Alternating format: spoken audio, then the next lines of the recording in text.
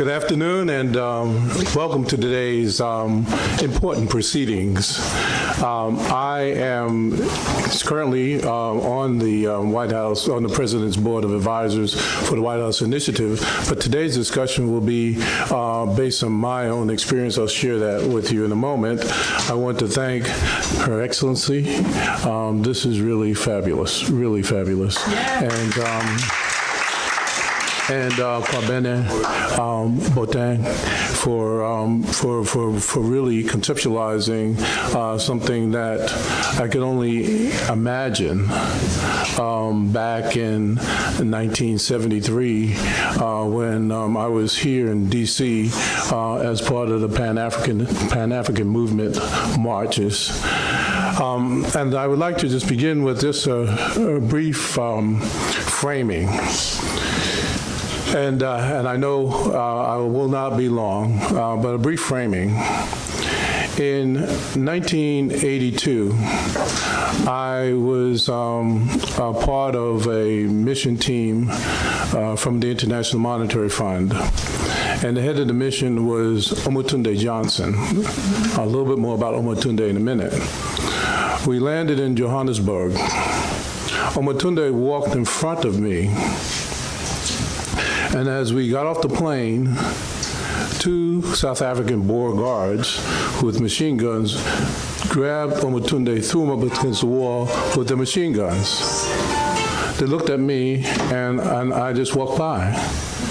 And of course, Omotunde reached into his pocket and said, laissez-passer, laissez-passer, and he pulled out his UN passport, of which, of course, I had one. Interestingly, they did not stop me, but they stopped Omotunde. Interesting about Omotunde is that Omotunde was from Sierra Leone. And he's a Johnson from Sierra Leone. His people were actually people who fought with the British in the U.S. against the colonists. And at the end of the Revolutionary War, the British transported those folks up to Canada, and then they transported them to Sierra Leone. The separations.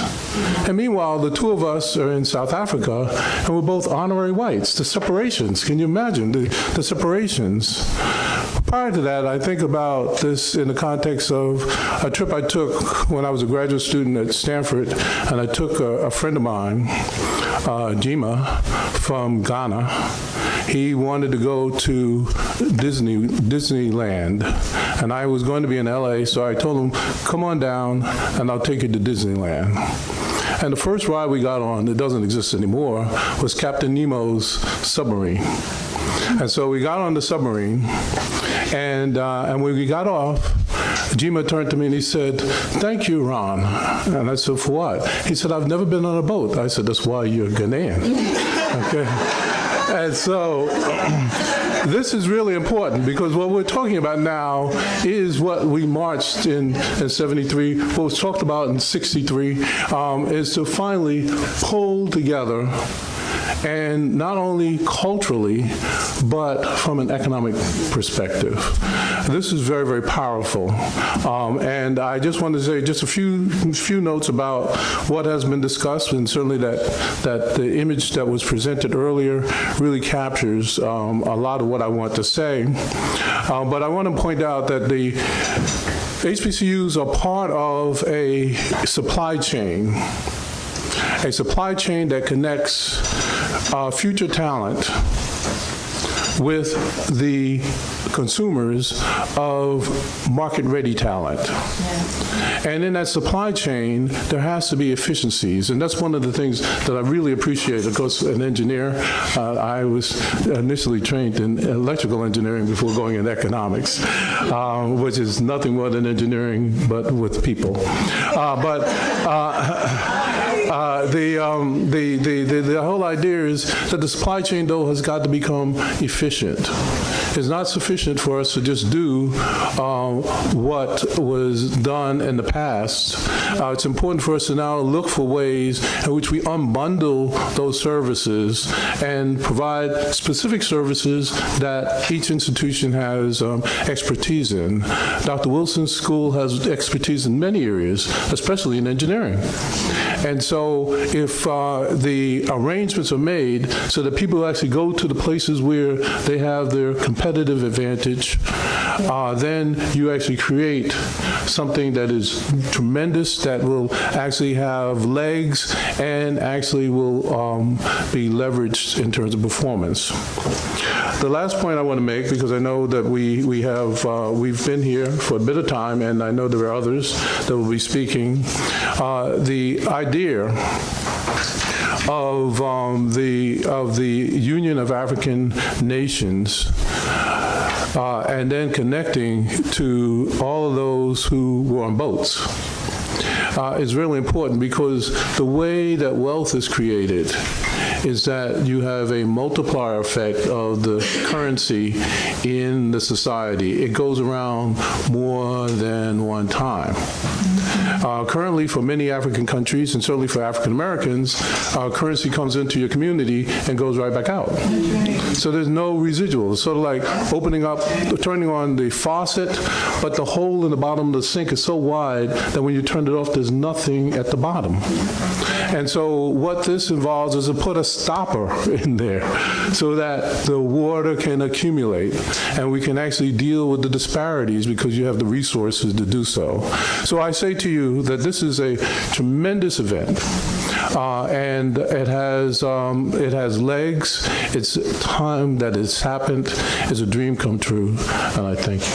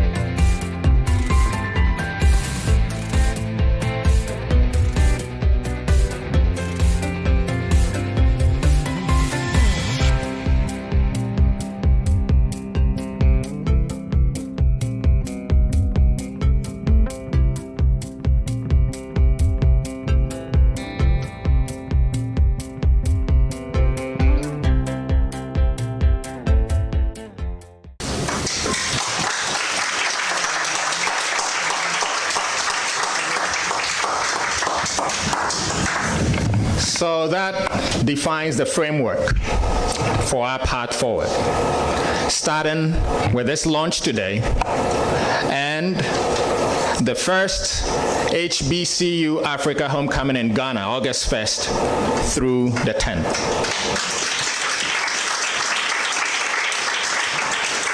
And at that event, we're going to lay out the groundwork. We also have the endorsement of the Director of Diaspora Relations at the Office of the Ghanaian President. We're looking at an HBCU marching band participating in the 6th March Independence Parade in Ghana in 2020. So the question is, which one will it be? Anyone here want to vouch for one?